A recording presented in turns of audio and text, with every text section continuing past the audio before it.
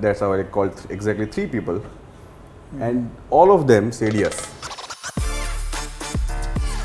That sort of a mixture got me into product designing and everything, and that's what I am right now.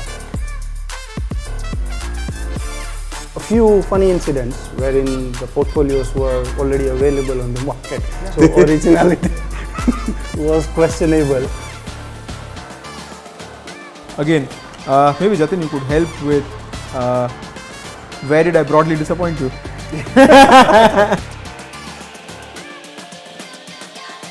Welcome to podcast number 1.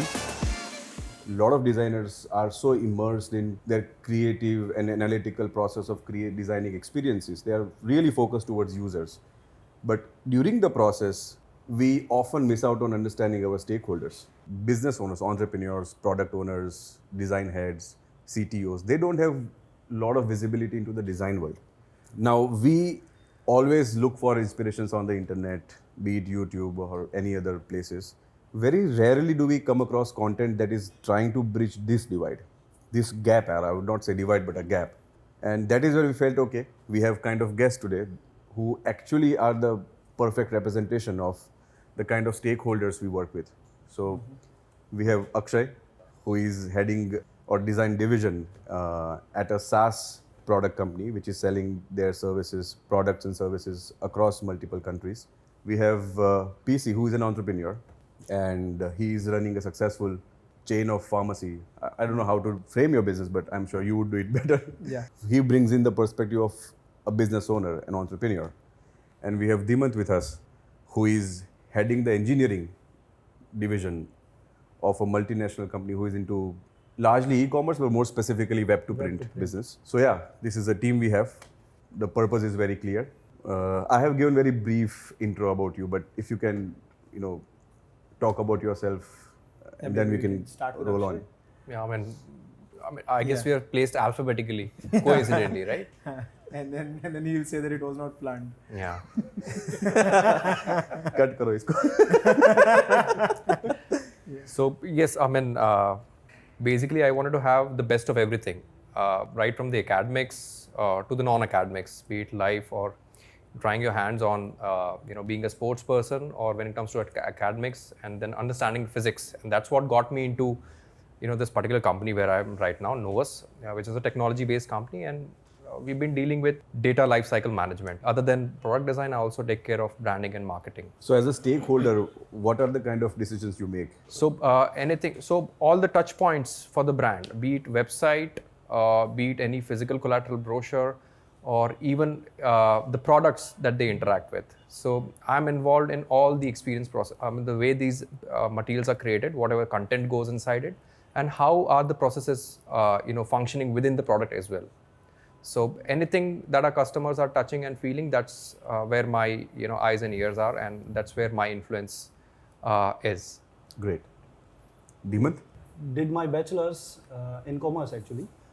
Commerce and statistics. Completed my master's and then came to Ahmedabad, started as a software developer basically. Worked in travel domain, worked with legal domain as well. Used to work for a US law firm for like 2 years, I guess. Wow. Then worked with Jatin at College Bowl. College Bowl and Avni Simcon as well. So that's where we met actually.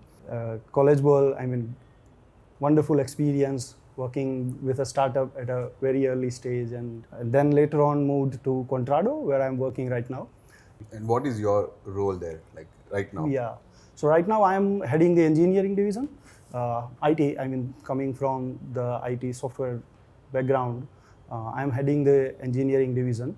So it starts from building the team itself, like hiring, procuring resources, training them.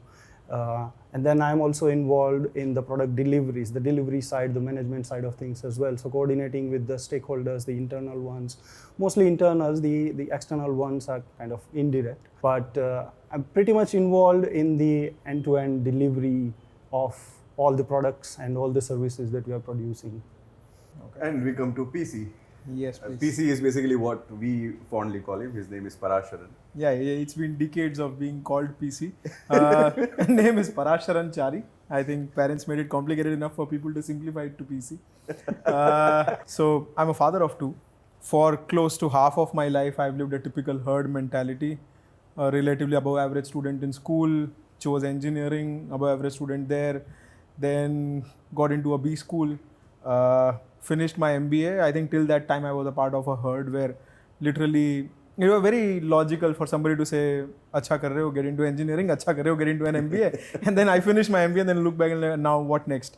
But then other thing that I was slowly housing was the thought process of being an entrepreneur, because I've lived most of my life in Gujarat and I've seen a lot of people in smaller, larger formats operating in businesses of their own.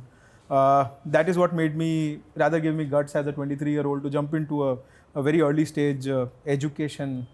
I shouldn't call it a startup because of whatever glamorized the world looks like today, I have been a part of a tuition class and a part of a medical store. So I'm really as left as it could be in terms of technology. Like what you were referring to as the initial definition of what we are into. Technically, we are an omni-channel pharma retail store chain, but then we have a footprint of close to 108 stores spread between Gujarat and Rajasthan.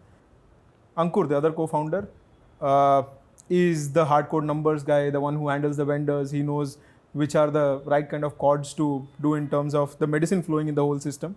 He understands product, he understands numbers, he understands vendors. He ensures that the fulfillment side of it is taken care of. I, on the other hand, is all the people. So basically 250 people at the stores, the warehouse, managing them, maybe sales, business development, the larger culture of the organization, HR. Tech is something which is more like neither's baby, therefore both baby. We both don't understand tech as much. He's also a mechanical engineer and an MBA. I'm in electronics and then an MBA. But then effectively not as fluent as you guys are on tech. So maybe I'll try to pitch in on whatever that I could in terms of business today. And yeah, as far as other aspect is concerned, like I resonated with him on the sports front or the fitness front. I also like to be active as much as I could. And yeah, that's it. So PC has a habit of self-deprecating himself. It is not dropping the deprecation. guard. This is exactly the the business that we When are he says into. that he doesn't know much about technology, I don't believe him. Maybe or due course. Yeah.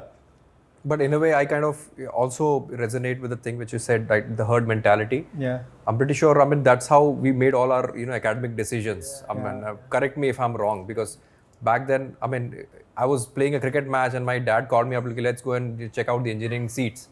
Kahan pe milega admission, right? And then I said, okay, let's go and check it out. And, when I wasn't, that great in, 12th standard. And there was just, one university available, chemical engineering, that too in Kutch. And I said, that's fine, let me go and back and finish my match and then I'll figure out something. And that's how I made my decision of, graduating in physics. I mean, and in fact, that's what landed me in the job in the first place, because No, actually, I don't think we had so much information to actually make an informed choice. It was like, if there is a better student, a better senior doing something, just follow it. Thode time tak to sahi chal raha hai na. Right. Like, that's how the so I guess mentality used to that be. part has a lot of influence the way we as Indians the thinking mentality, because a major portion of our education doesn't talk about philosophy. It's more about the subject and just grasp everything and then just move on. Correct. So that is what I guess is influencing. Maybe I think even this kind of a horizon of employability wasn't a part. Absolutely. Yeah, today there are enough and more horizons. Like if you are talking as specific a topic as you were trying to explain to me over phone about design, I'm like, हाँ ये भी है. I understand. I haven't ever touched on it, but yeah, there are greater opportunities only because of maybe the kind of information that flows today. So there is this common myth about whenever anybody speaks the word user experience, they immediately relate it with soft interfaces or software-based designs, which is not true. And it is not a concept that is only limited to software or technology per se. Maybe technology enables it to be done better, or maybe it is the better user experience, the need for better user experience that motivates you to employ technology in your businesses. But it is a term that is not limited to soft interfaces. Technology is an asset to user experience. That's what you can say. Yeah, especially for the business like Medcart or Contrado. I think a lot of it is what they do is ops heavy business, right? Correct. But in order for them to fulfill whatever they set as a target, they automatically would drive towards employing technology. Right. Correct. So, since we are talking about technology, what is our interpretation of design? Design as a general word, not specifically experience, but when you hear the word design, when you use this word in your own life and businesses, and how do you interpret that? I could broadly interpret it as something that makes the job easier. Like maybe again, I'll pull you out and say, if I look at a particular store, right? There's a customer who's walking in. All he's asking for is a medicine. All we have to do is just fulfill it. Like this looks a very easy used case. But then a design is maybe how quickly I'm able to fetch the medicine. The other one could be if people have to actually, there's a barcoding system which is available for everything. But if I look at our industry, the strips are so cheap, rather it's hardly $30 in terms of Indian rupees. It's difficult to have a barcoding on top of it and still make financial sense out of it. Right. Which means a person has to actually feed in. So if I can make my search more intuitive, I can make the search more easy for the last mile health advisor to actually put in the medicine. Even that's a design aspect. Secondly, when a customer is walking in, he knows exactly what he wants because he's talking medicine. Medicine is prescription driven. But then, Or he has been told what he should have. Exactly. So he's been told, and there's a prescription, and the transaction is a low interaction transaction. It is as much as people could silently have the transaction. It's a dumb charades and still it will go through. But then if a person is walking in, as an organization, there are enough and more products which I can offer to him which he doesn't know that I have. Maybe things like cream, oil, shampoo, maybe hand wash, something else, which he did not want. That was not a prescription drug, which is typically an over-the-counter or an FMCG. But if I have to offer to him, the last mile guide should actually be prompted to offer. Right. Which also is again design. So all he has is a single screen, and I have to think about what all can I do with it so that the last mile guy is more empowered. Like this is typically store dynamics. But then if I'm talking about the warehouse, there's a typical medicine which has a 38-second pick time. If I can make it 37, I'm talking about those 10,000 strips giving me 10,000 more seconds in a day. That I think that is design where I have to think about how can I optimize? Can I save time? Because eventually all of us are playing in the domain of either saving time or saving energy or saving money. Like that is where our business can be built, right? So broadly for me, design is something that aids operations And to I'll make the also- job easier. Also add to that, Yeah. in addition to saving time, making things more efficient, Yeah. also making our customers' life easier. Yeah. No doubt. Yeah. No doubt. Agreed. I can broadly correlate to what he said as well. Uh-huh. So two things actually. What you mentioned about being software and interfaces and barcodes. One of our interesting use case is that imagine we track everything, right? I mean across the warehouse, where the job is, what was its journey, how long it take at each position, each division, each operator. One of the interesting step is the printer itself. All right, it's not human. But then we want to track when the roll gets printed and goes out of the printer. Okay, there is of course an operator who is putting the roll in, okay, starting the print operation, and then taking the roll out, and then taking it to the next desk. In the entire process, how do we track that roll? That's a question. Do we ask the operator? Do we have the operator to feed in that information? Like which role was it? How could we have done it? There are like a couple of options, right? The option that we chose is whatever is printed, the file, the print media is also generated by us, our software. We write the code. The idea was to put a small barcode at the end of the roll, okay, at the end of the print file, and we attached a barcode scanner at the printer itself. Next to the machine. Yeah. So as soon as the roll comes out, okay, It the gets barcode scanned on gets its own, yeah. scanned, and then that's our tracking. So in fact, the operator is not involved at all, and yet we are tracking everything. Did you involve any designer in this process? No. That's another aspect that a lot of people fail to understand, that design is not limited to designers. Yeah, absolutely. True. And slowly and gradually, I guess, these definitions are getting more and more vague, because when I started my journey as a designer, for me everything which I was putting down on paper or maybe on the digital canvas was the design. But then slowly and gradually I realized that design is a language that you use to communicate or maybe invoke certain emotions. And whenever you use this language, let's say to design an interface, so that's where it applies differently. But it's always about creating that or invoking that emotion or communicating something. That's an interesting point here, because just recently I came across an article. Brian Chesky from Airbnb was interviewed.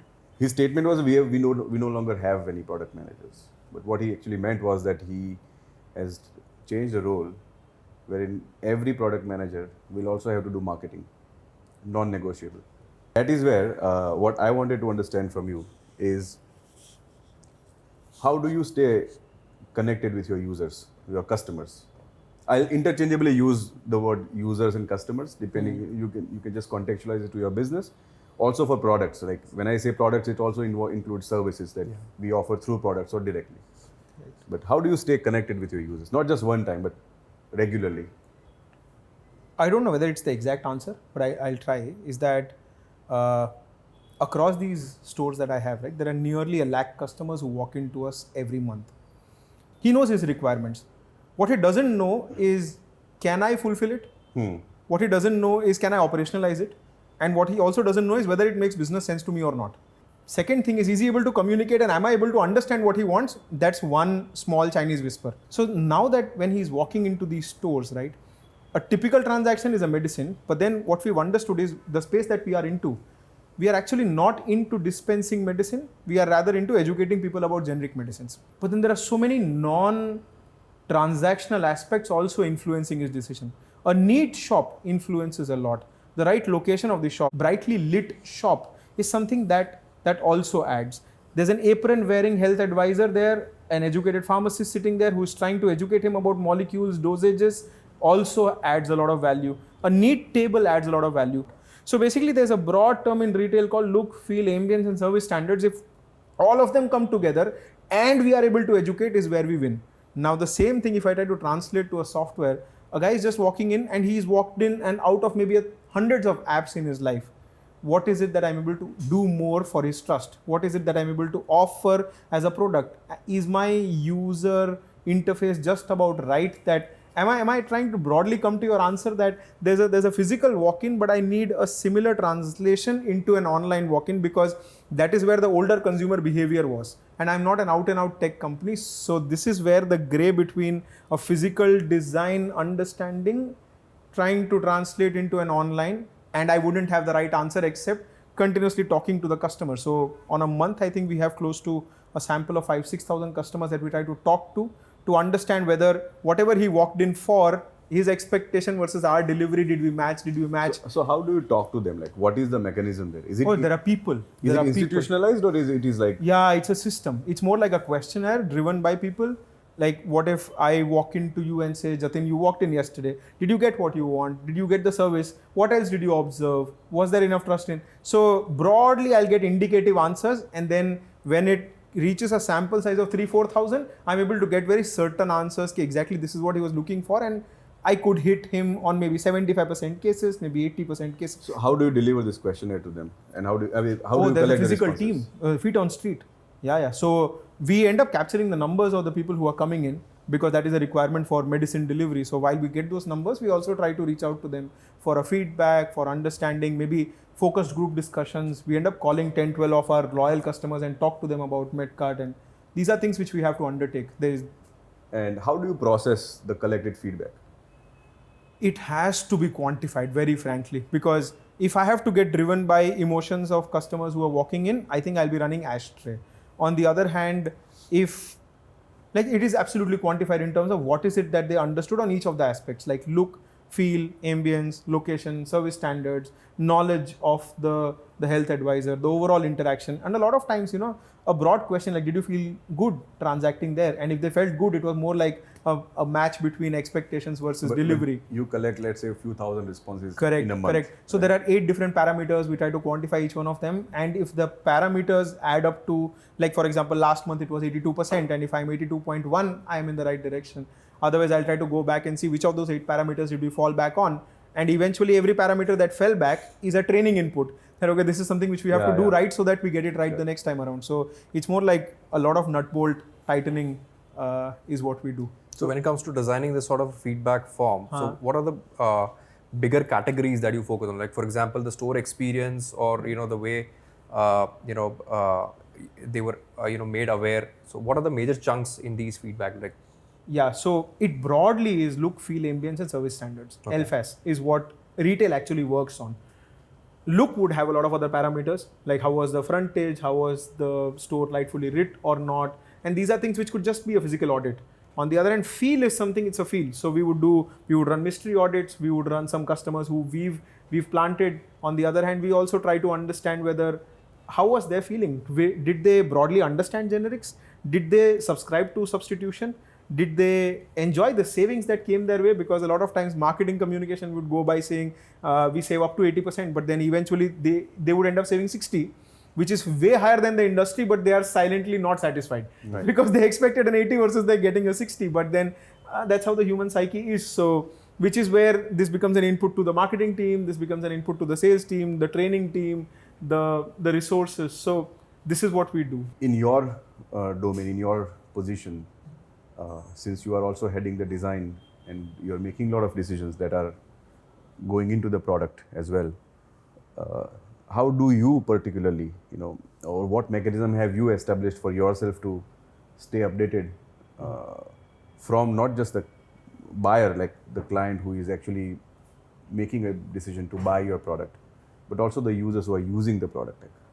That is where the reason why I'm asking this question is to also establish that a lot of the times we are not aware, as to how these things actually work, and if there is a way which is far easier than because in our head we complicate. How do we actually do the regular feedback from the users? Maybe the support team knows about it and we'll just process whatever comes in the support tickets. But oftentimes we know that it is not the truth. Probably it's a symptom of the problem. We just don't know the pain areas of the users anyway. So, and since you design the solutions for the pains or the expectations that your users might have, what is your mechanism there in your organization? So I've had this privilege of having eyes and ears set across the life cycle of the organization, be it the employee, be it the product, or be it the client. And that's where I generated more and more learning about how things are being perceived. Because if you talk about culture, there's no direct evidence of what the culture is. Because some people may talk about an expression which ultimately is termed as culture for an organization. And when it comes to creating designs and the way things are being perceived, so it also has to do with the cultural maturity and the way they've been exposed to the other half on what's a mature design or what's a mature product. So I've had this privilege of understanding the psyche of the developer. How are they thinking about developing the product, whether they are able to connect with the brand's vision or not, right? And there are plenty of influences out there in the market, but I was able to connect empathize with these people also who were involved in the entire life cycle. And slowly and gradually I paved my way to get the access to the customer touch points. I wasn't directly in touch with them, but people who were talking to the clients and till the CEO and how they were managing the business. So that's where I was able to understand how the entire business is functioning, and then bridging the gaps, because it turned out there were different silo zones, and so that made me understand the company's journey as well, as in why are these things lacking within the organization, because the business was running good.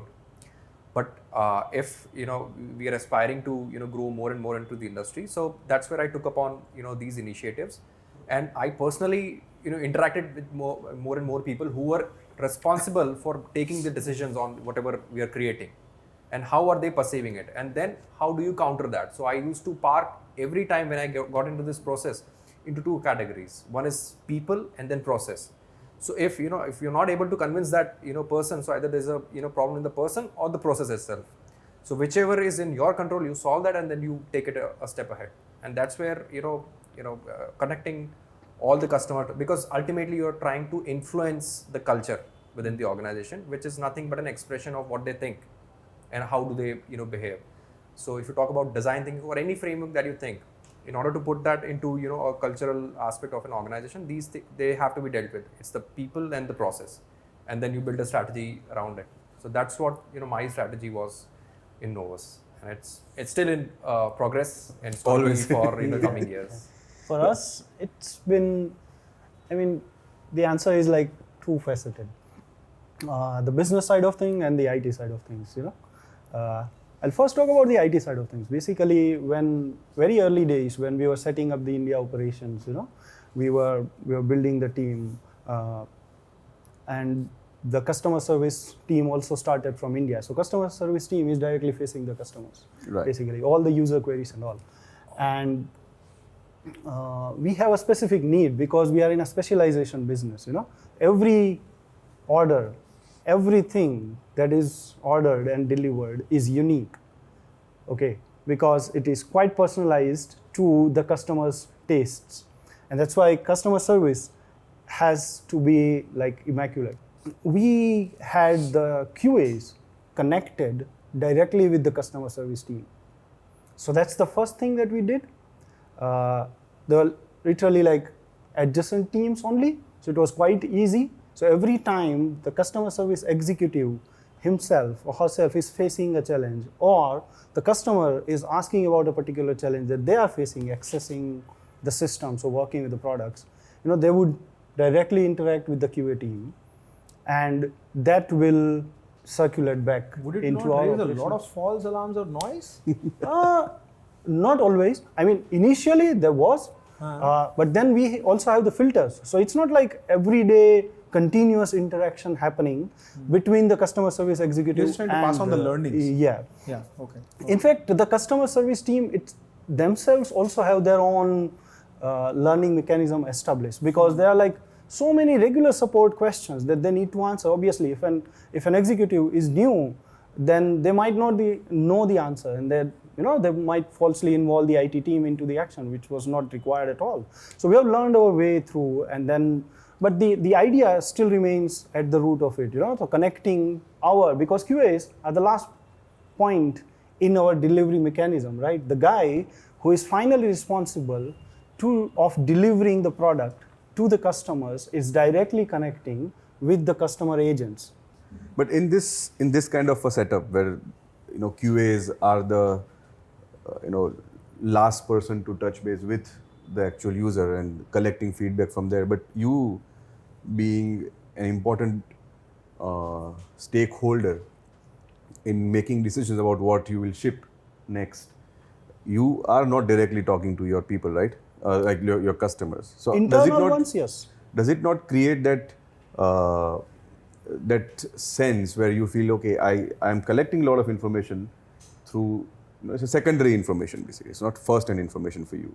And do you not doubt it ever that is this really what I should be looking at, or there is something more that I should be looking at, and for that I should make some other arrangement, maybe directly speak with people?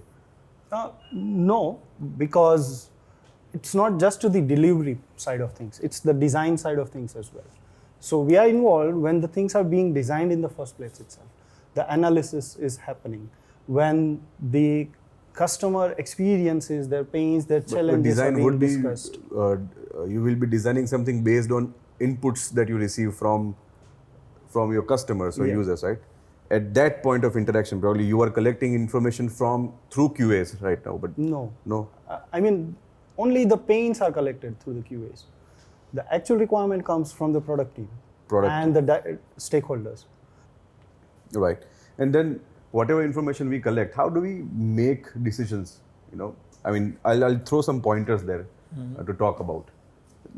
When I talk about making decisions, I want to talk about the structural issues we face in making an informed decision. There is this classic debate where are you making decision based on your opinions versus is it driven by data? So there are different stakeholders to manage. There are different uh, philosophical approaches to solving a problem, like form versus factor. And how do you make those decisions when you are part of that, that discussion where, hey, these are the kind of requirements we've collected from all the sources. Our research says this is what we should be doing. Our marketing or sales says these are the features they need, otherwise our sellability would drop down. And then how do you then contribute to the decision making process? And I'm sure it's not easy. Let's say in terms of technology. So, for example, any feature which is being used, most of the time, doesn't mean that that's a USP of your product. Maybe there is the user is trying to achieve some certain results which are not possible directly, and he has to rely on those features. So again, what are the factors which are influencing those data points needs to be investigated, and only then. So data can be used for validation or assumptions, whatever assumptions that the designers are cooking up, but the factors which are influencing those data has to be validated. How do you validate those points? So collecting data from the product and not talking to the customers directly will create a huge gap between your understanding and what's actually happening. So you have to talk to the customers. A list of 20 features to be added to your product. Right. But you have a sprint that is lined up which probably could accommodate about 10 features. How do you prioritize? So the decision has to be inclusive, and Is it always the case? Not always, but yes, for all the majority of the decision, you don't need to involve all the stakeholders for even the small pieces, but majority of the decision making has to happen from all the perspective. I have a genuine conflict there. See, fundamentally, on a very clean slate, an organization ends up taking strategic decisions, or it is managerial, or it is operational. Each one has its fair share of stakeholders. People who are going to be directly impacted, people who should directly impact the decision making. Hand in glove. And everything has to start with a hunch. If I don't have an assumption and a business objective in mind, I'm not going to start something. And there will be so many moments where you would feel, there are multiple ways to approach the solution. How do you navigate that situation, and how do you make those decisions then? So there's a big use case. There are nearly 1 lakh plus brands of medicines in the industry. 1 lakh plus. So at any stage in time, any pharmacy store in the country can never have everything, undoubtedly. And we know that. It is not possible. It is not humanly possible to keep all the medicines at every store, because there are certain customers who walk in who have a typical illness for which the medicine cannot just be readily available. It has to be brought. Now, if you look at the innermost circle is the medicines which are in that store. The next circle is the stores which are in the 5-kilometer radius, which are probably the other 3-4 stores. Then there's a central warehouse which has certain SKUs. By numbers, the store has close to 2,000 SKUs. The nearby stores has close to 3,000 SKUs. The warehouse would have close to 12,000 SKUs, but the universe is close to 1 lakh SKUs. But the customer standing there wants to know exactly when will he get the medicine. Now, if this information is made available to the store, and very frankly, nobody in the country has done it.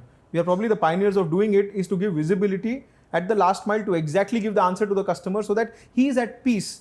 Yeah, I'm not sure if I answered your question. No, not really. Yeah. So maybe should I try something else? I can. Let me switch back. I mean, what was your point of where you disagreed with? Because what I was trying to state is, in absence of data, of course there has to be a hunch. But hunch based on what? It's your previous understanding. Yeah. Any hunch that you're taking, it's based on your previous experiences, right? It's not that you're spinning the dice and then not spinning a dice, but then you end up making probabilities, right? As to what do you think will happen, and then you try to float a certain kind of cases. Say, for example, if there are 100 stores, I can use a certain way across 10 stores and try another 10, maybe whatever alpha testing, beta testing, or anything that we can do. That gives us a certain data on whether what we thought was right or not in terms of how the last mile guy is going to use it, and then eventually make the design changes which are relevant to the one who is the user.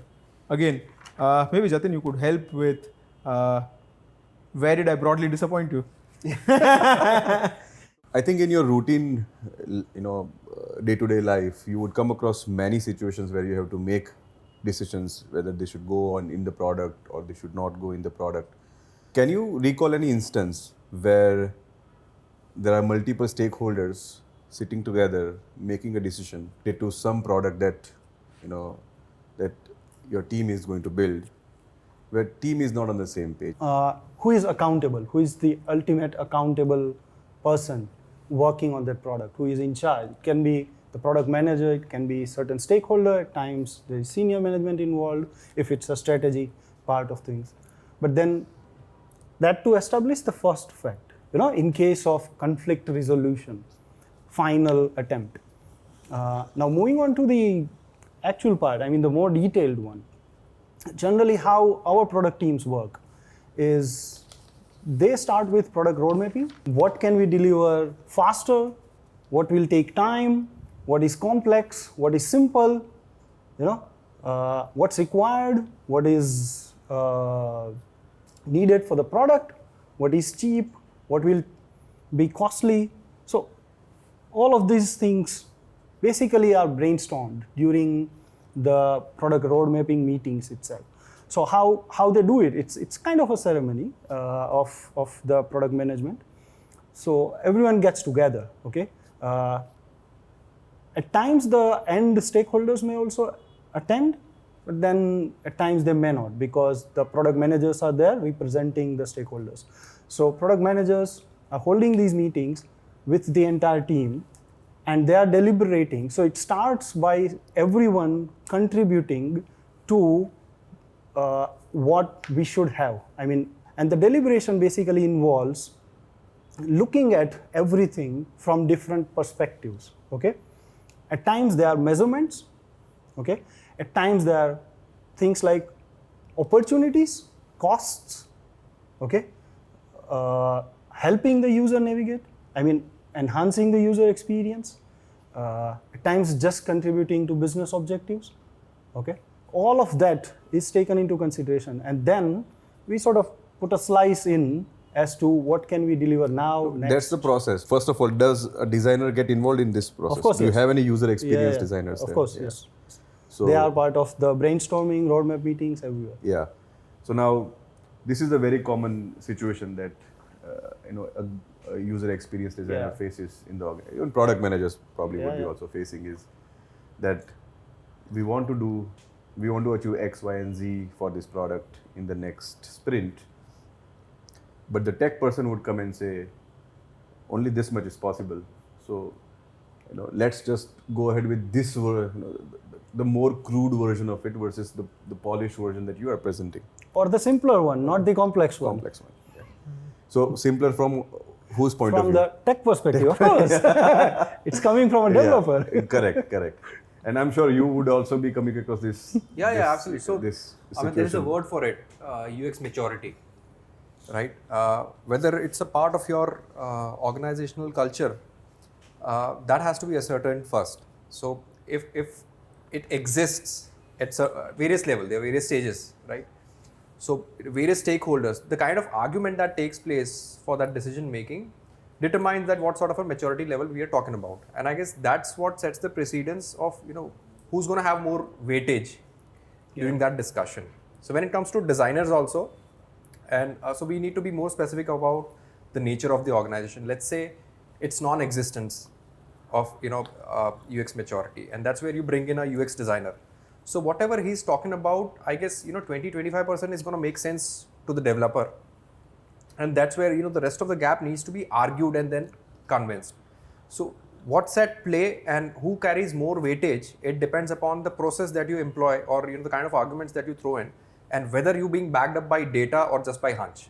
POS that you were talking about, that let's say in POS we want to introduce an information element or information for the person sitting or standing at the counter, that this person has the history of buying these medicines. Based on that, you can sell these are the additional products. And what the research said was we need to give intelligent output to the to the user, based to the person standing at the counter based on the history of the customer. But what tech is saying is that we probably we don't have that bandwidth, or we don't have tech readiness, and we need to do simple generic information. So there is this design case, which is, of course, we all agree with, and there is this tech case where there is a reality which is difficult to alter. Not that it cannot be altered. I'm just trying to make it a very relatable case. And how do we then break the deadlock, and who takes precedence? Even that process will help the designer grow, because ultimately, let's say if whatever the decision is being made finally is in regards to the organization's success or organization's way of thinking, and that's how the designer would grow within himself. So next time when he's presented with certain challenges, then he'll consider those scenarios and then present you the solution, because ultimately his job is again to excel at his own position, but again deliver a favorable output for the concerned clients. Actually, when you say there's a deadlock, right, eventually it is about good must have versus good to have, right? And the journey is towards the ideal, and then you end up parking things there on what the impact is. I understand there's a deadlock and there are 4 different departments who are talking about something which doesn't exist.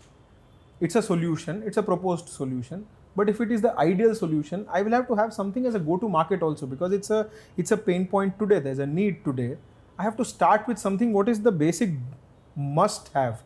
So if there's a must have definition of product which is like maybe 40% of what the design guy proposed, 40% of what the tech guy proposed, but there is a business solution which can start with today, a quick fix where we can just start and maybe work towards it with a timeline. There are board members and you are funded organization, and we have to prove certain numbers because we have committed, and then everybody has to chase the number.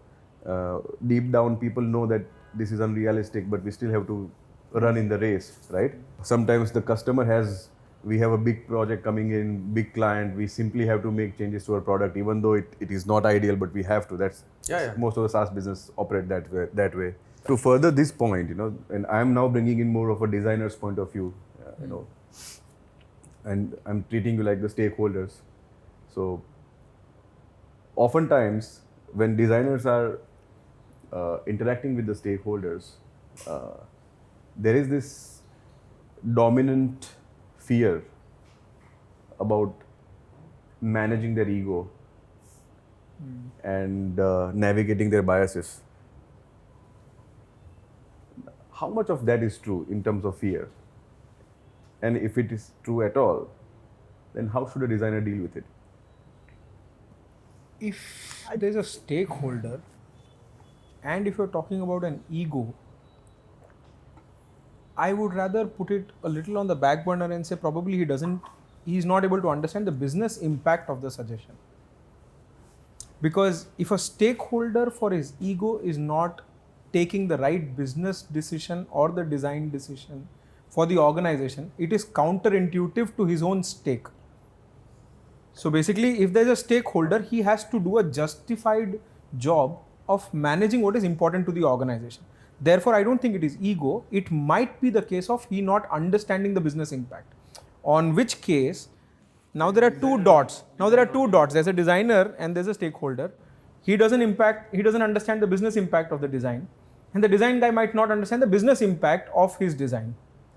So basically, you have to come somewhere in between. So either there's an umpire or there is a bridge between them, somebody who understands both. Because see, the designer will be right from his job's perspective. The stakeholder will be right from his business. The designer's job is to understand the user, what user wants. Correct. So which means basically there has to be a bridge. Somebody who understands both and brings them on the same side, rather than talking or maybe looking at it from a perspective of like, what is the stakeholder winning if he has to win for his ego? Right. Are people really objective in their decision all the time? Like, biases creep in, right? At times, I mean, it's difficult. And let's say, because especially of the UX designers, their job is to understand, human behavior. They have to really, study and apply principle of psychology oftentimes. Absolutely. And they are hyper aware about what's going around. And I think that's where the empathy part also comes up. Absolutely, and that's at where the designer and developer level as well. They need to empathize. Very good point. Yes. Right. Yeah. They need to empathize with. I mean, if the person maybe speaking from the ego out, right? But they are still trying to make some point which probably they can't really explain or put into words. But then we need to empathize with them. And that's where I say, I mean, even in that case, the designer wins because he's learned something more about the customer Exactly. using, is empathy. And if not anything, by just empathizing with the stakeholders, the business leaders, you can it kind of helps back your case better as well. I mean, previously I was arguing with you without really understanding you.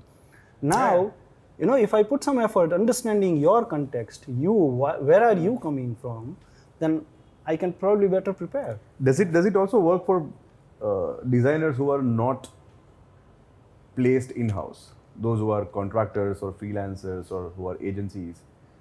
Do they get enough chances to learn? So I'm probably the Cultural thing. outsider here. So I will just say that, frankly, there are enough aspects of my business which I don't absolutely understand. Enough. Like there's a warehouse, but I might not understand warehouse operations perfectly. There is a software, but I might not understand the software requirements perfectly. There are design aspects, but I might not understand the design aspects. Maybe my center point comes from only impact of each one on business. I might agree, disagree on the basis of my understanding, and my understanding is driven only by business impact.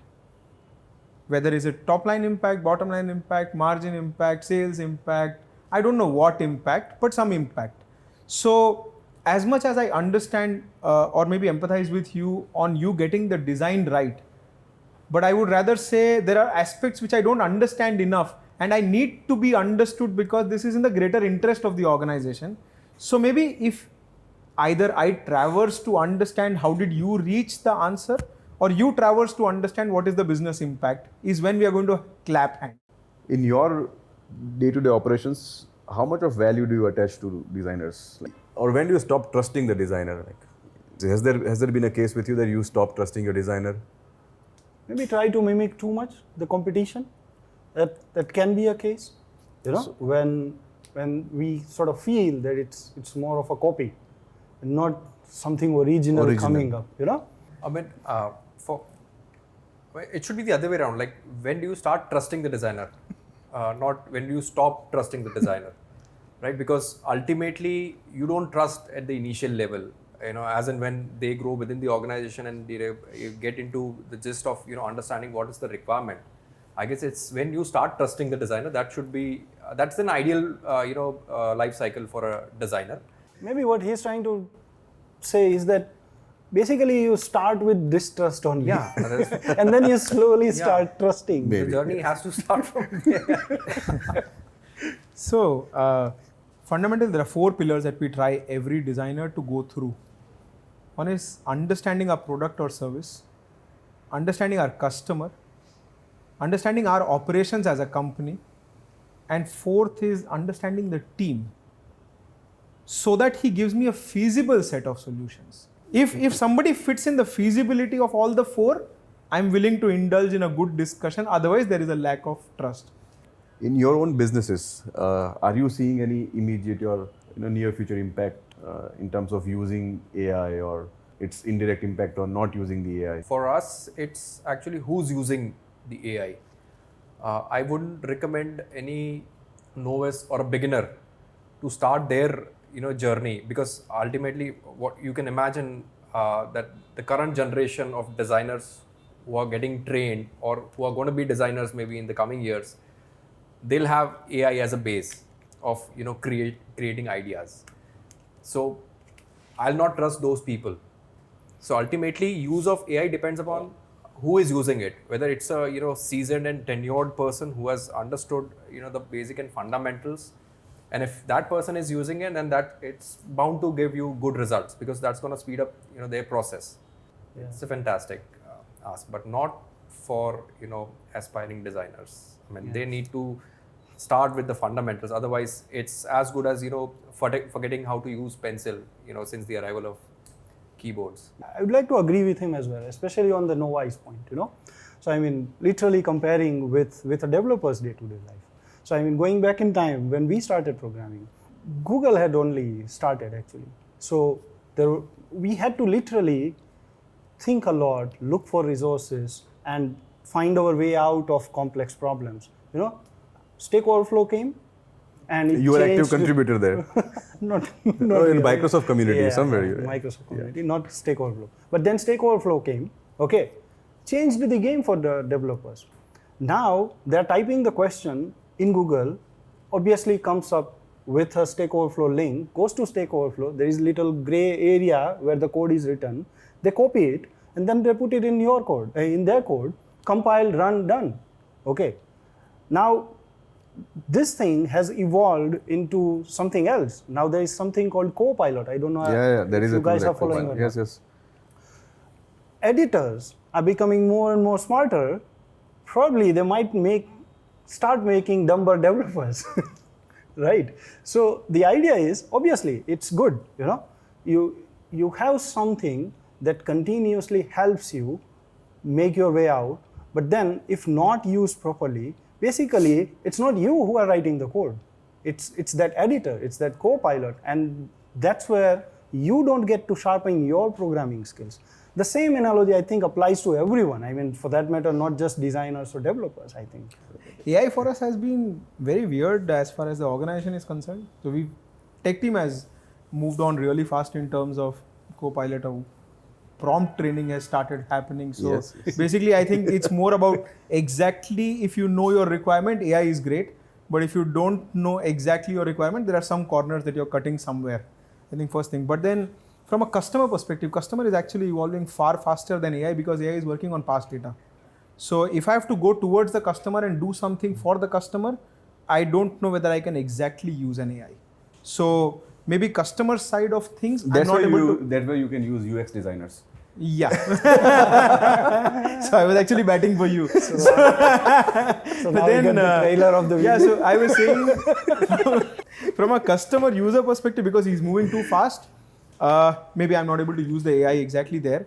But from things which are dead rubber, which is typically content, a lot of times about the lacks of medicines which are there, and can I write something about the contents in the medicine, I think I can get a lot of readiness. Tech designs, so basically in-store design, as you were talking about, creative design, maybe our presence on all the social media platforms or even any digital footprint that we have, we are able to use AI very well there in terms of design, packaging. Also, for our stakeholders, for reporting the MIS in a very creative format, for PPTs or things like that, we do end up using AI. So those are the use cases which are prevalent in our organization, but yeah, we are being careful. Like, I think we tread very borderline to the way both of them expressed is fundamentals पता होने चाहिए, हर question पता होना चाहिए, नया तरीका है इसका, ये नहीं कि बस यही तरीका है, stay a little connected to the past. For non-expressive people who are having trouble expressing their ideas, it's a blessing. I think we have kind of reached to the end of this. Just one last question. If you were to give advice to a designer who is looking for work, what would be that? Also, if you were to give advice to a business or a stakeholder at a business who is looking for designer, then how should they go about it? Final thoughts. Let's start with PC. I'm more curious to hear his. No, I think I partly answered that. That if there's a designer who understands my 4 pillars of business, frankly, if he knows how I operate as a company, who are my customers, what is our product or service, and eventually what is my team's capability, so that the solution that he comes up with is something which is practical and feasible. Exactly what I want him to know is know me better. On the other hand, as far as a business is concerned, I would say, please define your needs better, because a lot of times loosely crafted requirements have a lot of standoffs. So how much time should one give to a designer to be able to understand all 4 pillars of an organization? I mean, it starts with the interview process, right? And when you throw the ball into their code, whether they can pick the organization for themselves instead of us hiring them, let them pick the organization, whether it's right for them or not.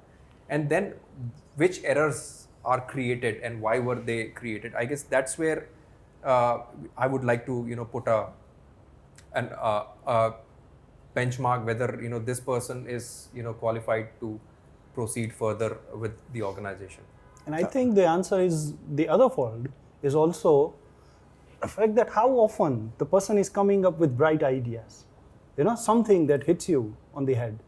That's also a parameter. So it's not a matter of time, it's more of a matter of interactions and the work carried out.